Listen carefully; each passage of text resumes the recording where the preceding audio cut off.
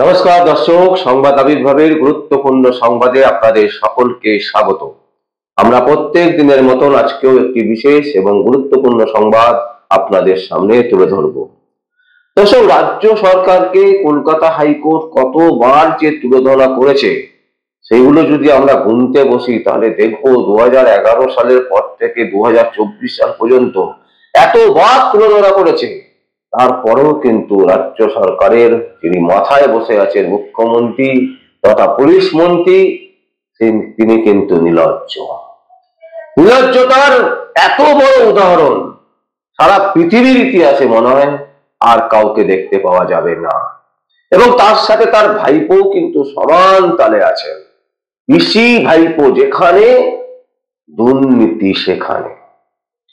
দর্শক, কেন বলছি এই কথাগুলো? তার কারণ হচ্ছে পশ্চিমবঙ্গ সরকারের ওপর চরম ক্ষুব্ধ হলেন হাইকোর্টের বিচারপতি, এমনকি রীতিমতো তুলোধনা করলেন রাজ্য সরকারকে। রাজ্যের ভূমিকায় ক্ষুব্ধ হাইকোর্ট কলকাতার নিউ টাউন এলাকায় এক প্রমোটারের বিরুদ্ধে জমি দখলের অভিযোগ জমা পড়ে। বর্তমানে সেই মামলা হাইকোর্টের বিচারপতি তীর্থঙ্কর ঘোষের কাছে বিচারাধীন। গত শনিবার দিনকে এই মামলা ওঠে এবং এদিন মামলার শুনানির সময় খোদ বিচারপতি পশ্চিমবঙ্গ সরকারের ভূমিকা নিয়ে প্রশ্ন তুলে মন্তব্য করেন যে প্রমোটারের বিরুদ্ধে জমি দখলের মামলার শুনানি, সেখানে পুলিশের বিরুদ্ধে নিষ্ক্রিয়তার অভিযোগ। তারপরেই বিচারপতি তীর্থঙ্কর ঘোষ বলেন, আইসেকে না সরানো হলে আমি পদক্ষেপ নেব। আমিও দেখতে চাই এই পুলিশ অফিসারের পেছনে কার হাত রয়েছে। দেখুন দর্শক, কলকাতা পুলিশ, রাজ্য পুলিশ, তারা যে দলদাসে পরিণত হয়েছে এটা সবাই জানে। কিন্তু ভারতবর্ষে একটা আইন বলে একটা পদার্থ আছে, সেই আইনটাকেও কিন্তু এই মুখ্যমন্ত্রী এবং তার ভাইপো মানতে চাইছেন না। এবং সেখানেই কিন্তু বিপদ বাড়ছে, সেখানেই কিন্তু পশ্চিমবঙ্গের অবস্থা ক্রমশ তলানিতে চলে যাচ্ছে। আপনারা যদি দেখেন যে এই বিগত কয়েক বছরে 2011 সালের পর থেকে 2024 সাল পর্যন্ত কতবার কলকাতা হাইকোর্ট তিরস্কার করেছে রাজ্য পুলিশকে, কলকাতা পুলিশকে, মুখ্যমন্ত্রী সরকারকে, কিন্তু তবুও কিন্তু এরা নির্লজ্জ। এবং আরো একবার রাজ্য সরকারকে পুরো তুলোধনা করলো কলকাতা হাইকোর্ট। এদিন বিচারপতি আরো জানান, নিউ টাউনের মতো এলাকায় দেশ বিদেশ থেকে নানান কোম্পানির বিনিয়োগ আনার চেষ্টা হচ্ছে। তাদের বাংলায় এনে তথ্য প্রযুক্তি হাব তৈরির চেষ্টা চলছে। সেখানেই কিনা এমন একজন পুলিশ অফিসারের দায়িত্বে আছেন কেন?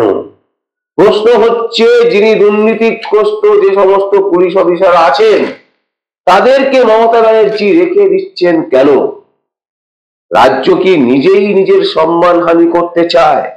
আমরা বলি শুধু সম্মান নয়, বিচারপতির কাছে অনুরোধ করব এমন একটা তদন্ত করান যে তদন্তে একেবারে বেরিয়ে আসবে মুখ্যমন্ত্রীর বাড়ি থেকে শুরু করে ভাইপোর বাড়ি, এদের দুজনের কত টাকা আছে এবং কিভাবে পশ্চিমবঙ্গকে তিলে তিলে শেষ করছে সেই দৃশ্য কিন্তু প্রতিদিন প্রতিটা মানুষ দেখতে পাচ্ছে।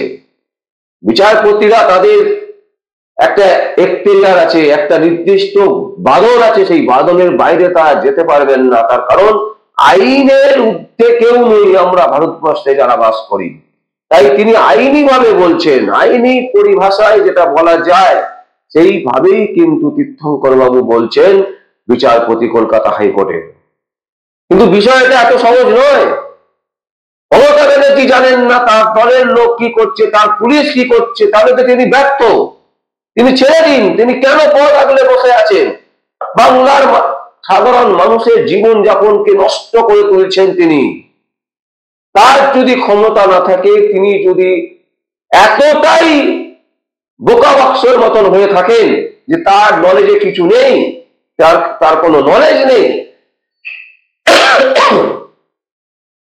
তাহলে তিনি রেজিগনেশন দিন, রেজিগনেশন দিয়ে তিনি ছেড়ে দিন। বলুন যে আমি অপারগ, আমি বুঝতে পারছি না কে কখন কি করে ফেলছে, তাই আমি নিঃস্বার্থে আমি দলে থাকলে থাকুন, আমি এই পদ থেকে অবসর নিচ্ছি। আপনি সেটাও করছেন না। আপনি দলকে আগলে রেখেছেন, আপনি দুর্নীতিকে প্রমোট করছেন, আবার বলছেন আপনি নিজেও জানেন না। সব দিক তো একভাবে করা যাবে না।